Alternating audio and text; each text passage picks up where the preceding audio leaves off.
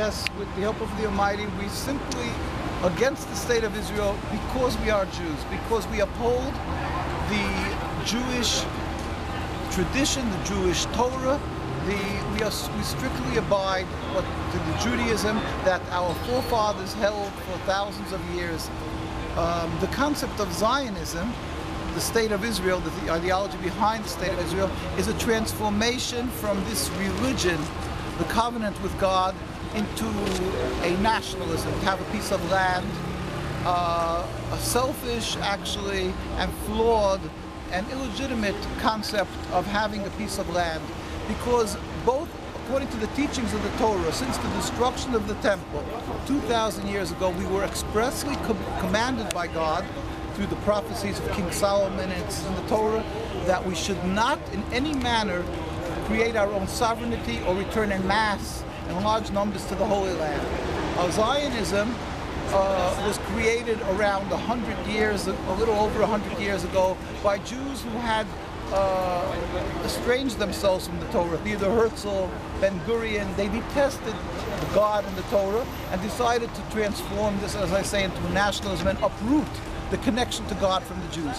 It is forbidden, as I said, even in an uninhabited land, to have our own sovereignty, and for 2,000 years the Jews respected this.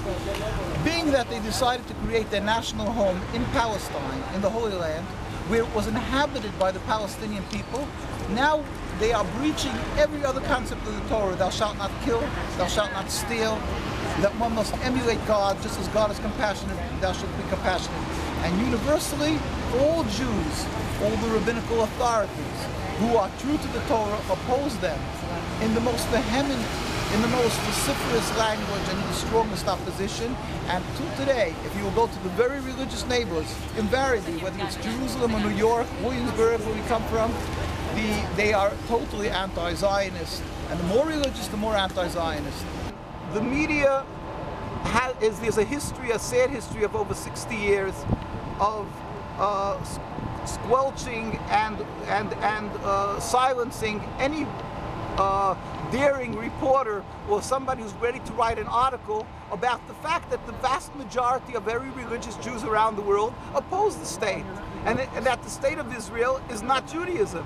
Judaism is religion.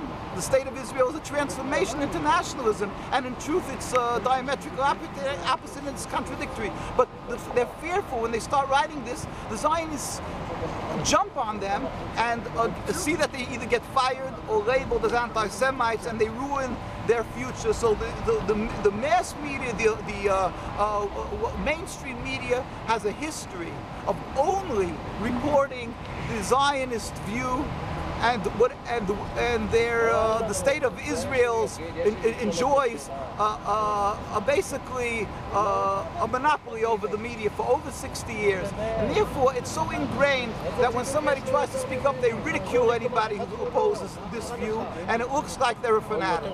Here, this is large demonstrations of Jews, and nobody reports this. Tens and tens of thousands of Jews who oppose Zionism and are demonstrating it. It never gets reported. Here, let me show you a blown-up picture. This was these last weeks now. The Jews are getting beaten. They cut them into shreds. They're wearing gloves, the soldiers, with nails in them. And this is what they're doing to them. You can look at our site, NKUSA, that has links to other sites, and you'll see, look what's happening to the Jews. And nobody reports on this. Nobody reported that when Netanyahu was here a few weeks ago, there was 10,000 Jewish people demonstrating in Lafayette Park.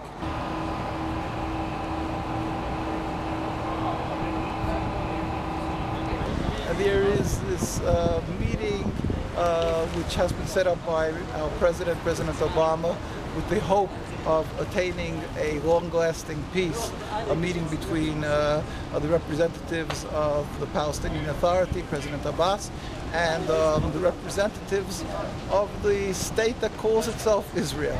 And they hope that they'll be able to come through with the peace. And our message is that being that we feel that he really truthfully means to attain, to be able to have a good result, we want to remind him that Jewish people and the Arab and Muslim people have had no problem in coexisting for hundreds of years in peace and harmony, and the only impediment to peace was the creation of a state of Israel, a political state. And this is, as long as there is an existence of this state, we feel there will never be a true peace. Prior to the state of Israel, we were living, and we are tremendously grateful to all the Arab and Muslim countries that they were a safe haven, a home, an exemplary home for the Jewish people without any UN or human rights groups to protect us.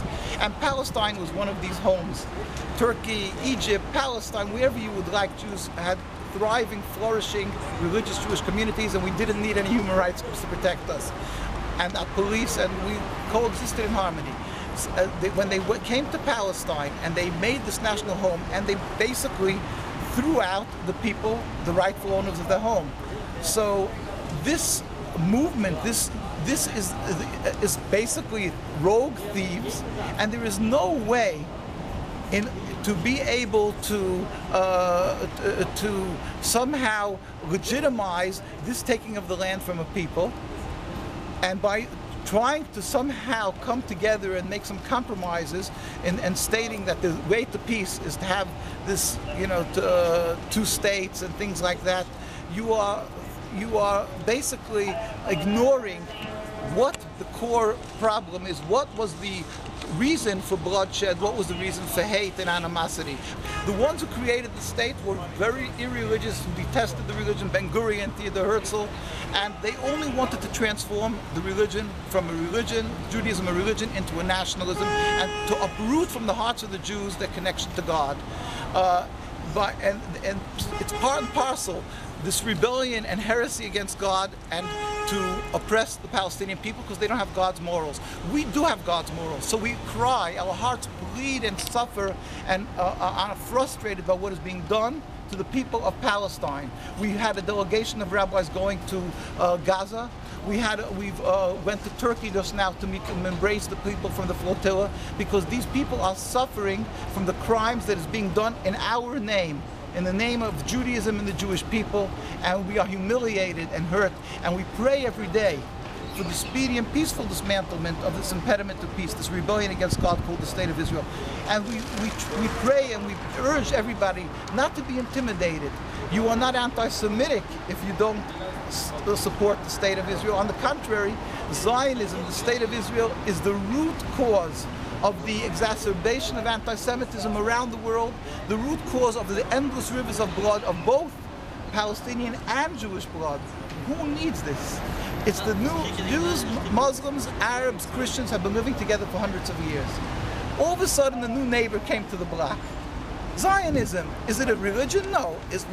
And they add this fourth creature, and they say this must happen, this must stay, and people are stubbornly trying to force this issue that it has to remain, and there should be two states with the State of Israel. Who needs it? If you just step out of the box, look back and see, we were always able to live together. What changed? The new introduction to this mixture that this body of the Holy Land is rejecting. Remove it, and we can live in peace. And we pray for that. We are waiting for the opportunity to repay the good that's been done to us by the Palestinian people and the Muslims, and show our gratitude, which is required by God. We are urging people, as I say, don't be intimidated. Speak up for the people of Gaza, that we first pray to God, and God should bring a speedy and peaceful dismantlement, and urge, just like in South Africa, through the grassroots, they stopped this apartheid, the racism, and it was closed, even though the governments went on their merry way and the UN had South Africa in them.